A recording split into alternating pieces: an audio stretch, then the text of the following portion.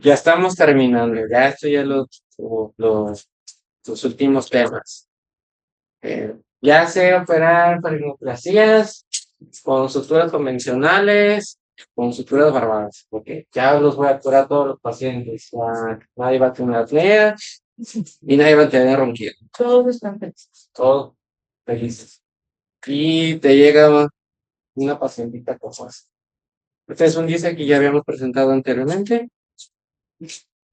Una niña, 4 años, posoperada de amígdalas, adenoides, cornetes. Doctor, mi niña sigue abriendo mucho la boca para dormir, saca la lengua y hace posiciones extrañas. Trata de acomodarse para dormir y no duerme toda la noche. Y eso es a lo que nos vamos a enfrentar. Ese tipo de pacientes también llegan a la consulta y es necesario un abordaje completo para ese tipo de pacientes. Le hacemos un GISE, vemos un colapso de la lengua, el 75%, y vean el epiglotis. ¿Cómo se hace hacia atrás? Va a ser un colapso en tracto. Y esto es como que esos casitos que muchas veces te sacan de tu zona de confort, que te hacen a lo mejor investigar un poquito más, a lo mejor hablar bien con tu anestesiólogo, pedirles que te haga una buena anestesia y así utiliza este tipo de pacientes. Otro tipo de pacientes es un paciente de 50 años, sueño no reparador, ronquido y siempre está con la boca abierta. Eso tiene que ser después. Siempre está con la boca abierta. Le hacemos el ICE, vemos a nivel de la faringe si tiene un poquito de colapso concéntrico, pero vemos esto abajo. Vemos cómo la lengua empuja hacia atrás. Esto lo vamos a ver un poquito más adelante, el tipo de colapso glótico que puede ser primario y secundario. Obviamente, aquí, ¿qué es lo que haríamos? Primero, reducir el tamaño de la lengua, que es lo que me está empujando la epiglotis hacia atrás. ¿Okay? Para hablar de cirugía de lengua, tenemos que recordar mucho de la irrigación de esta parte, una parte de la lengua. ¿Por qué? Porque tenemos dos arterias importantes, una de cada lado,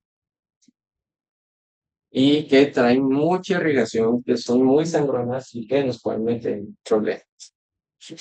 Entonces, tenemos que marcar nuestra línea segura, que es de la línea media, vamos a marcar 1 centímetro a cada lado.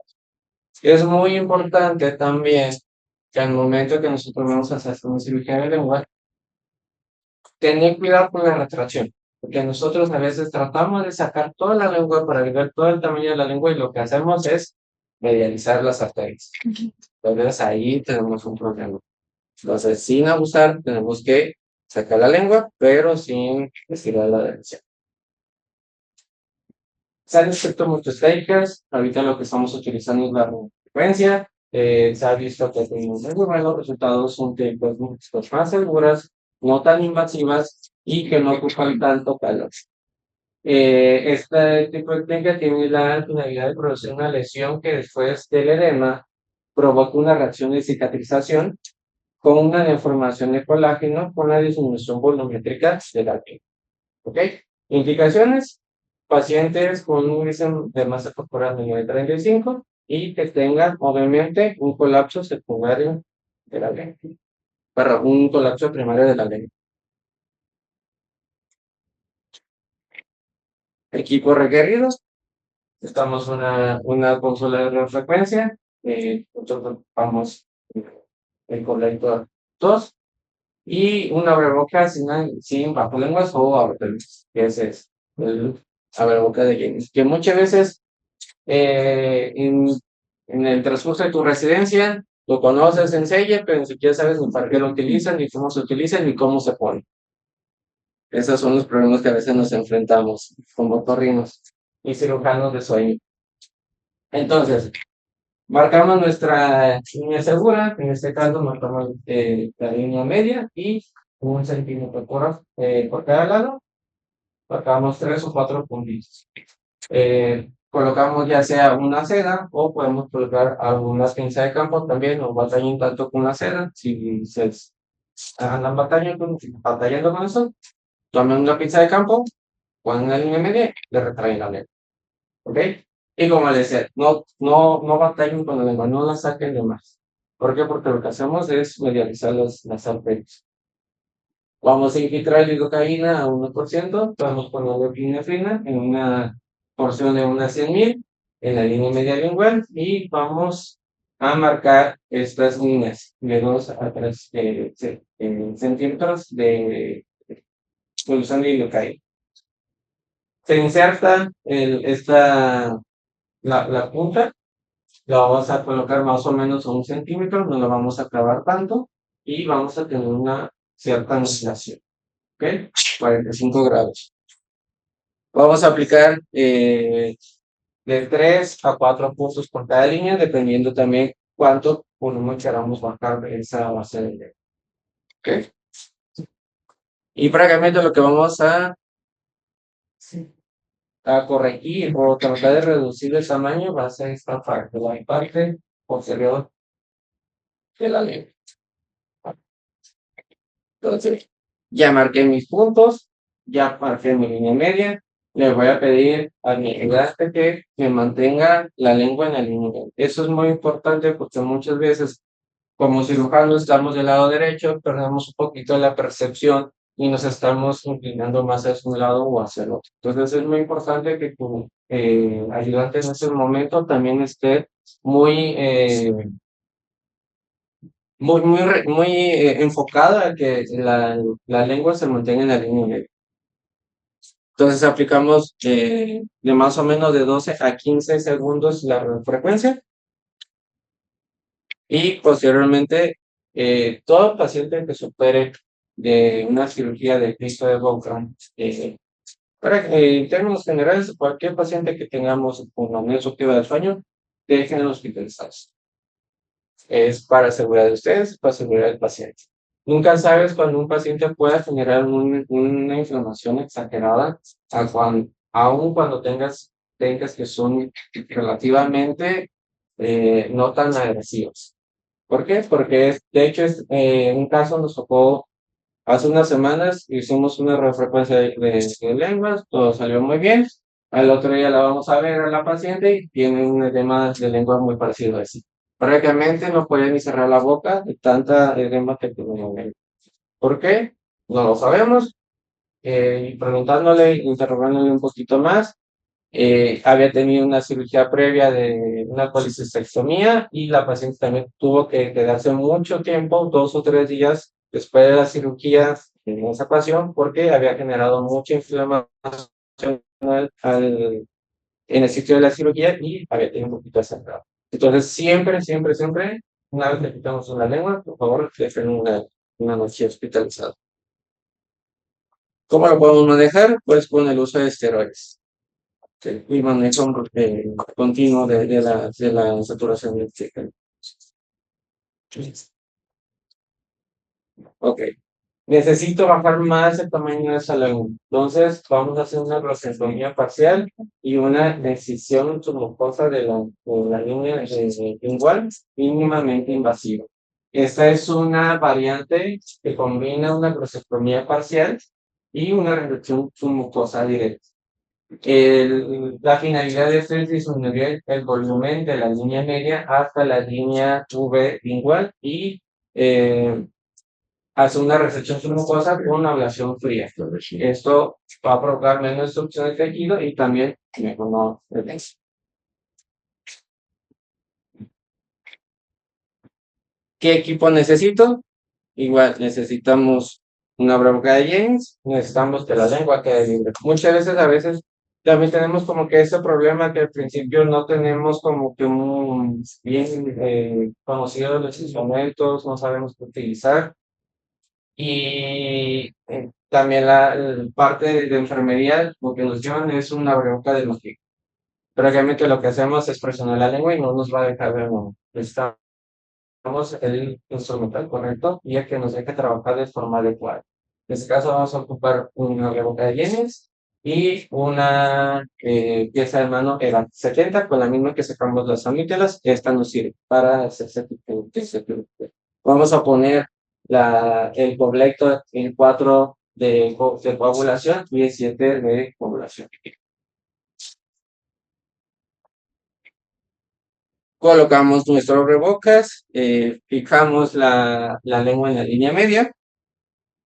Vamos a infiltrar también lidocaína, podemos poner un poquito de epinefrina, tienen un poquito más ahí de toque y no quieren usar epinefrina, lo pueden usar nada más lidocaína sola. Y vamos a hacer el marcaje, obviamente, siempre en nuestras líneas seguras. Hacemos una incisión que va a empezar más o menos la B lingual, donde está el foramen ciego. Vamos a hacer una incisión más o menos de 1.5 o 2 centímetros hacia anterior y eso nos va a permitir tener una mejor visión del tejido. ¿Okay? Referimos a cada lado con una seda y posteriormente vamos a hacer la ablación. Una vez que yo ya controlé el sangradito que puedo tener por la incisión, también con la misma pieza de mano, utilizamos un poquito los lados de ambas incisiones, o más bien la incisión de forma lateral, y ya después vamos a hacer la población del tejido. Una vez que haya hecho como que ese tejido, obviamente sin profundizarme tanto, sin meter tanta presión, nos vamos a hacer el túnel submucoso. Voy a poner un video ahí para que lo perciban un poquito mejor. Entonces, infiltramos la línea media, marcamos nuestras líneas seguras, izquierda y derecha. Vamos a hacer una incisión más o menos de 2 centímetros en la línea media. Hacemos la coagulación con la misma pieza de mano. Y vamos a colocar esos puntos de cera. Esa cera lo que me va a hacer a mí es exponer un poquito mejor el tejido. Vamos a poner. Bueno, sí, esa es mi línea longitudinal vertical que hice sobre la línea media de la lengua. Voy a poner una sutura de este lado, otra sutura de este lado, y me las ponemos así. ¿Ok? Entonces ya de ahí ponemos la base en 7, si pasamos a hacer esta población, el tejido se va a empezar a evaporar, se va a empezar a contraer, y posteriormente lo que vamos a hacer es irnos a la línea media hacia la base de la lengua y vamos a hacer una ligera presión en 45 grados. ¿Ok? Eso es muy importante para no dañar, para no lastimar más la base de la lengua, ni tampoco irnos muy profundo. ¿Ok? Y vamos a hacer un movimiento de abanico. Vamos a mover solamente nuestra muñeca, no vamos a girar hacia los ambos lados, obviamente voy a hacer como si fuera un desarmador, voy a meter mi pieza de mano en la línea media y voy a hacer esto. ¿Ok? Ahí estamos viendo nuestra mucosa y siempre poner la mano que nos estamos ocupando, la mano no dominante, atrás, ni a base de la lengua para nosotros sentir más o menos en dónde estamos, que no nos vayamos ni muy atrás ni muy arriba.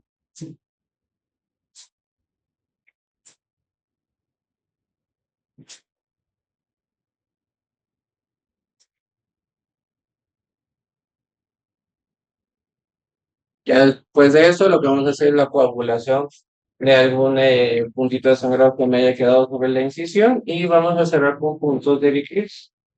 De preferencia, hágalo con los puntos invertidos para que no cause tanta molestia en los hilos. Otra opción es hacerlos en colchonero, es decir, entrar del lado derecho o del lado izquierdo, pasar la sutura hacia el otro lado y regresarlos para que no queden en el mismo. Y eso es lo que buscamos. Este es un paciente al cual nosotros le hicimos un 10, vimos que tenía un colapso del 75%, le hicimos ese teje y vean cómo se redujo el tamaño de la lengua y cómo ya podemos ver hacia atrás.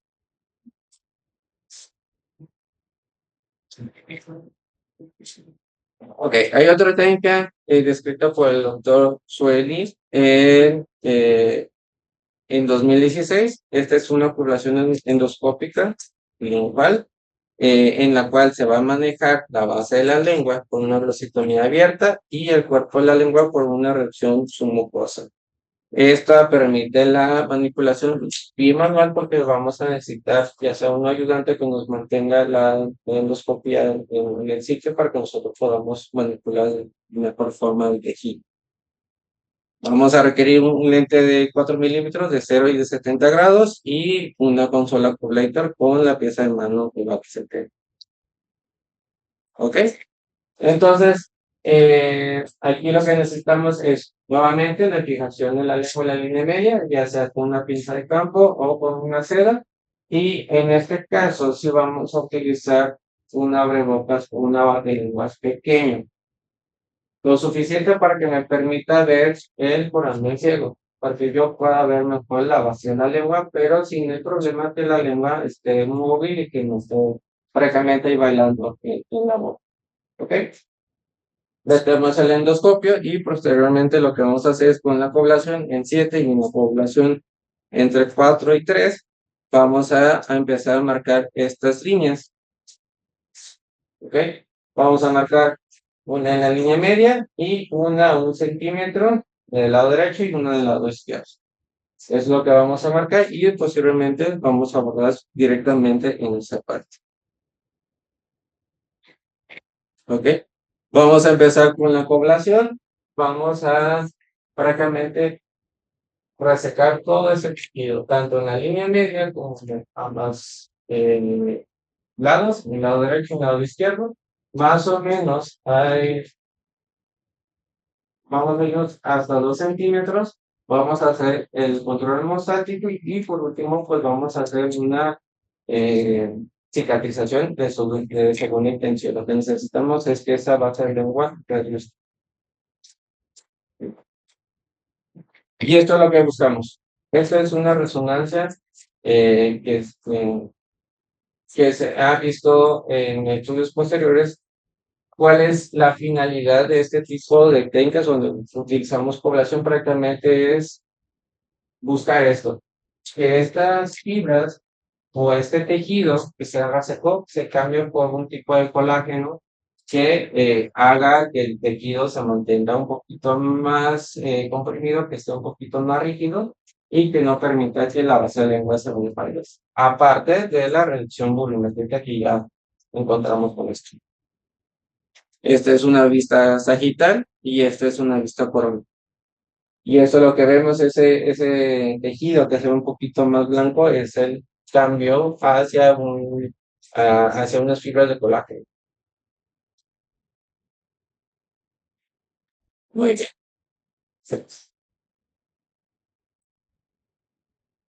Ahora, en cuanto a la epiglotis, los primeros reportes que se encontraron de una obstrucción epiglótica en una apnea obstructiva del sueño fue en el 98. El doctor Catafulmo y sus colaboradores, perdón, encontraron que el 11.5% de sus pacientes presentaban intolerancias al CPAP secundario a una absorción de la epiglotis. Y en el 99 reportaron hallazgos similares en unos casos expedidos. Prácticamente antes de ese tiempo, antes del 99, pues no tenemos el acceso a este tipo de estudios. Y es muy importante aquí clasificar si tenemos un colapso epiglótico, es decir, que es propiamente el de la epiglotis o es un colapso secundario. ¿Por qué? Porque de aquí depende mi tratamiento. Si tengo un colapso epiglótico secundario, puedo ayudarle un poquito a la epiglotis a que no colapse, pero primero tengo que tratar lo que la está colapsando, que probablemente sea o la base de lengua o las paredes laterales de la faringe.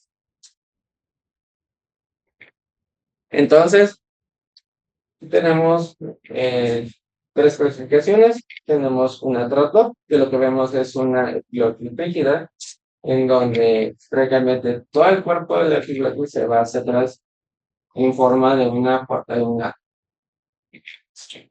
Esa es la más común. Y estas dos son un poquito más raras. Esta tenemos una epiglotis, un colapso epiglótico en floppy. Vemos que esta epiglotis está un poquito floja, como que se dobla un poquito con la inspiración. Al momento que el paciente hace la inspiración, como que se queda un poquito ahí trabada y luego regresa. Esa es una epiglotis floppy. Y por último tenemos un colapso lateral o el cierre libre. ¿Ok?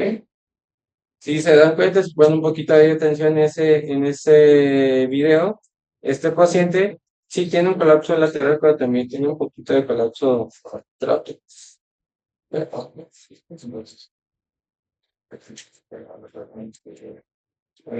Hace un poquito de esos movimientos de anterior a posterior. Entonces es muy importante eso también para ver qué tanto voy a receptar. Y un colapso secundario, esto se debe a alguna estructura extrínseca de la epiglotis, principalmente base de lengua y paredes laterales.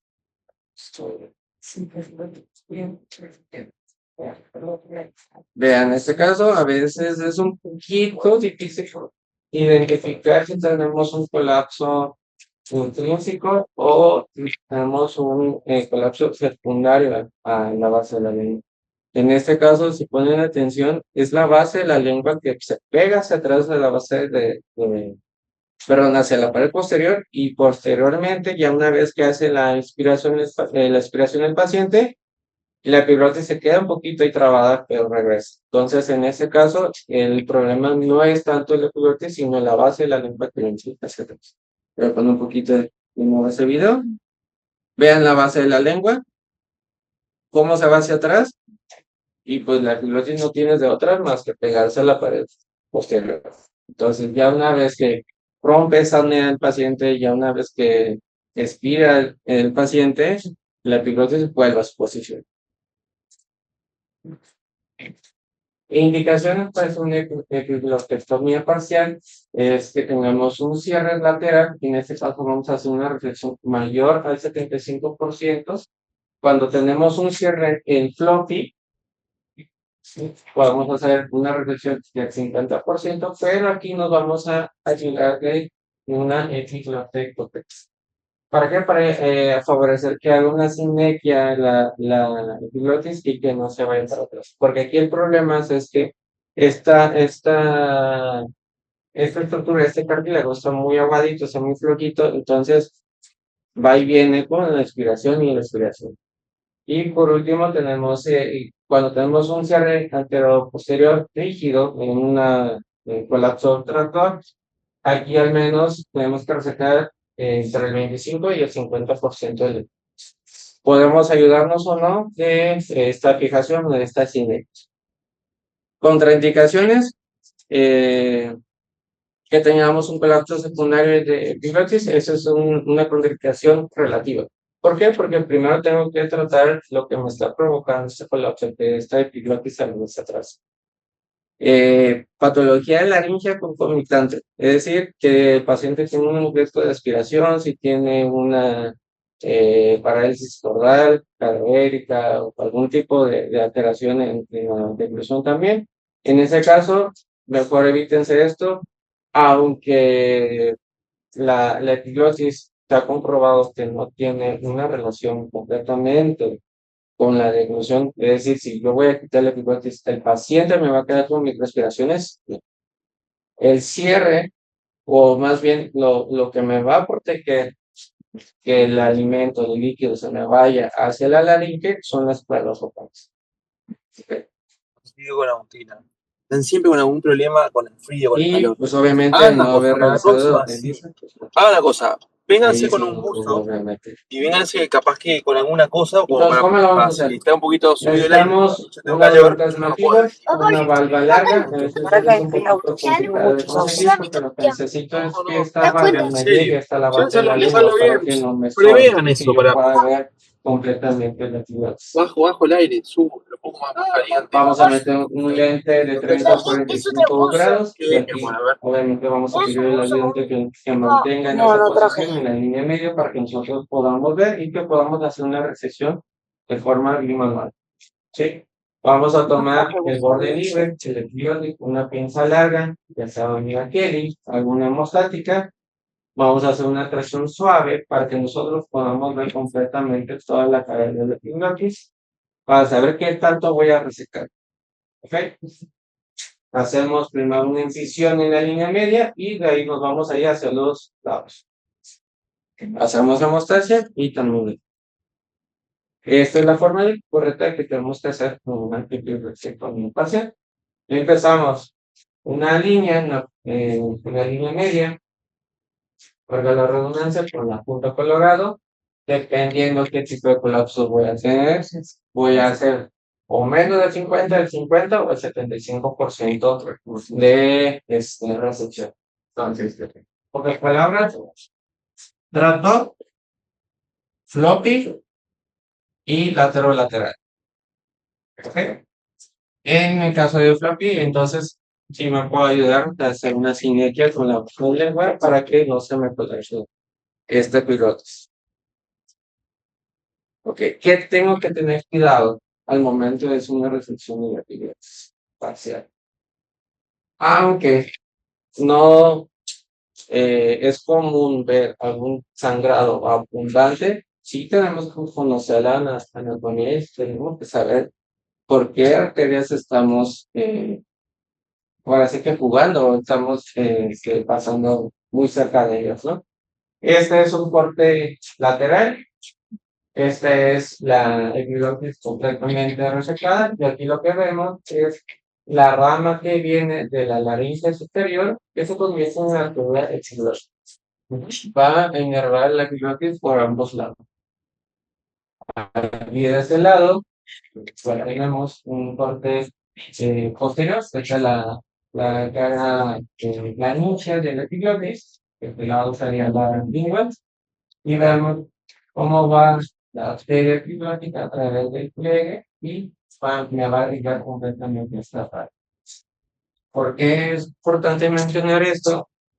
Porque también, obviamente, si tengo que resecar mayor porción de la epiglotis, también tengo un riesgo porque me estoy sacando el queso.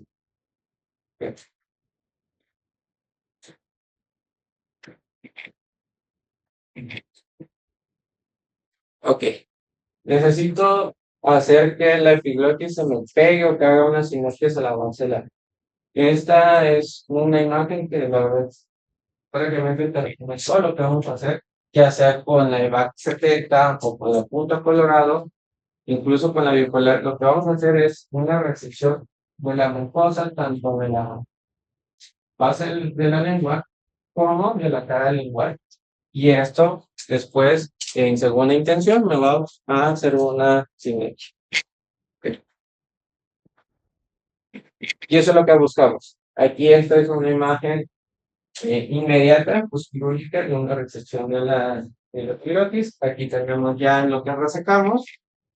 ¿Okay? En este caso se hizo un corte completo de lado a lado. Esto, la verdad, no, al menos yo no lo recomiendo tanto. Primero hacer una incisión en la línea media para siempre ubicarnos la proporción. ¿Por qué? Porque si hacemos eso muchas veces podemos perder la percepción y irnos más profundo hacia un lado y podemos, así que complicarnos con más de un sangrado. Y esta es un video posterior de un paciente que se le hizo una resección, incluso a este mismo paciente que ponemos aquí arriba. Este es el resultado inmediato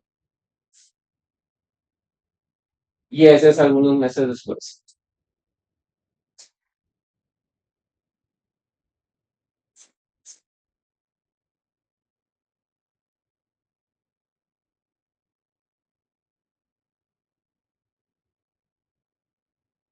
Okay.